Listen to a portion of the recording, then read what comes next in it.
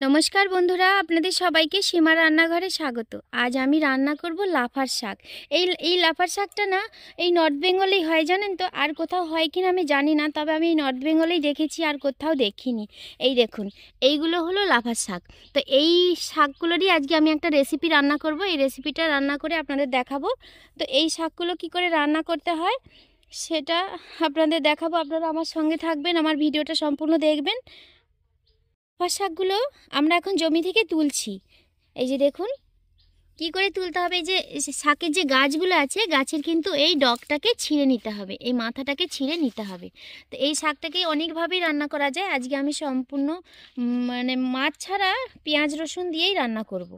এই যে দেখুন, এই যে দেখুন লাফার শাকগুলোকে আমি কেটে বেছে পরিষ্কার করে ধুয়ে রেডি করে নিয়েছি। আর যে দেখুন ডাঁটাগুলো এইরকম বড় বড় করেই রাখতে হয়। তো এইগুলোকে ঝোল রান্না করব, লাফার শাকের ঝোল রান্না করব। পাতাগুলো কিন্তু গোটা গোটা অবস্থাতেই রেখেছে। তো এগুলো ছোট ছোট করে কেটেও রান্না করা যায়, আবার এইভাবে গোটা গোটাও রান্না করা যায়।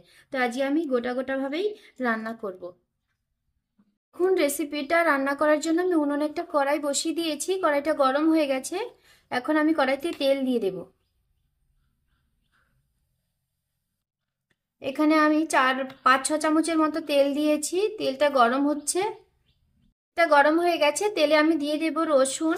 তো এখানে আমি একটা রসুনকে খোসা ছাড়িয়ে নিয়েছি, আর দিয়ে দিচ্ছি কাঁচা লঙ্কা, পেঁয়াজ। তো এখানে আমি বড় সাইজে দুটো পেঁয়াজকে কেটে নিয়েছি, আর দিয়ে দিয়েছি কয়েকটা কাঁচা লঙ্কা। তো এই কাঁচা লঙ্কা, পেঁয়াজ আর রসুনটাকে ভালো করে তেলে একটু ভেজে নেব, লাল লাল করে।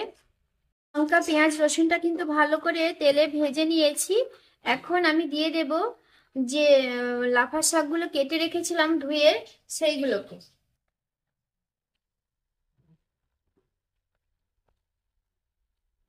দিয়ে দিয়েছি। এখন এইটাকে নেড়ে চেড়ে ঢাকা চাপা দিয়ে দেব।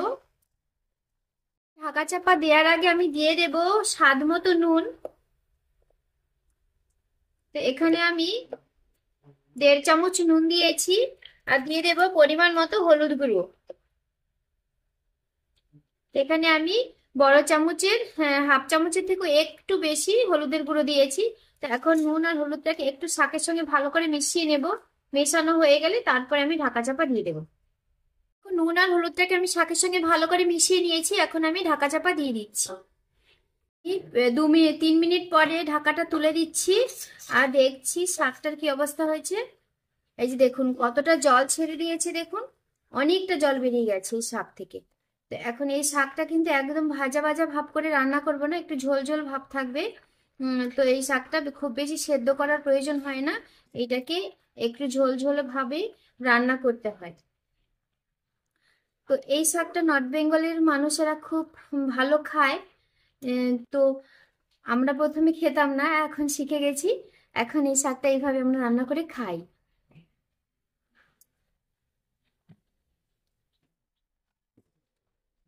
শাক শাকের যে ডাঁটাগুলো কিন্তু সেদ্ধ হয়ে গেছে। তো আপনাদের একটু দেখিয়ে দিই কতটা সেদ্ধ হয়েছে। এই দেখুন খুব সুন্দর নরম হয়ে গেছে।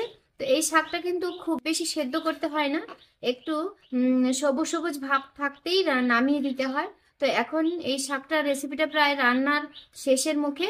এটাতে আমি দিয়ে দেব আর একটা উপকরণ, সেটা হলো চালের গুঁড়ো। তো এখানে আমি 2 চামচ পরিমাণ চালের গুঁড়ো দিয়েছি। এই চালের গুঁড়োটা দিয়ে এই শাকের রেসিপিটা কিন্তু রান্না করতে হয়, আর রান্না করলে ভীষণই টেস্টি হয় খেতে। তো এইভাবে নেড়ে চেড়ে, সামান্য একটু নেড়ে চেড়েই নামিয়ে দেবো আমি রেসিপিটাকে। শাকটা কিন্তু রান্না হয়ে গেছে, এখন আমি এটাকে নামিয়ে দেব।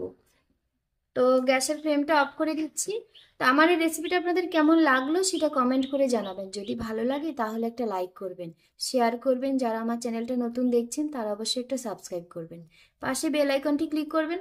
প্রতিদিন যে আমি ভিডিওগুলো ছাড়ছি সেই ভিডিওগুলো সবার প্রথমে আপনাদের কাছে পৌঁছে যাবে। তো সবাই ভালো থাকবেন, সুস্থ থাকবেন, সবাইকে টাটা।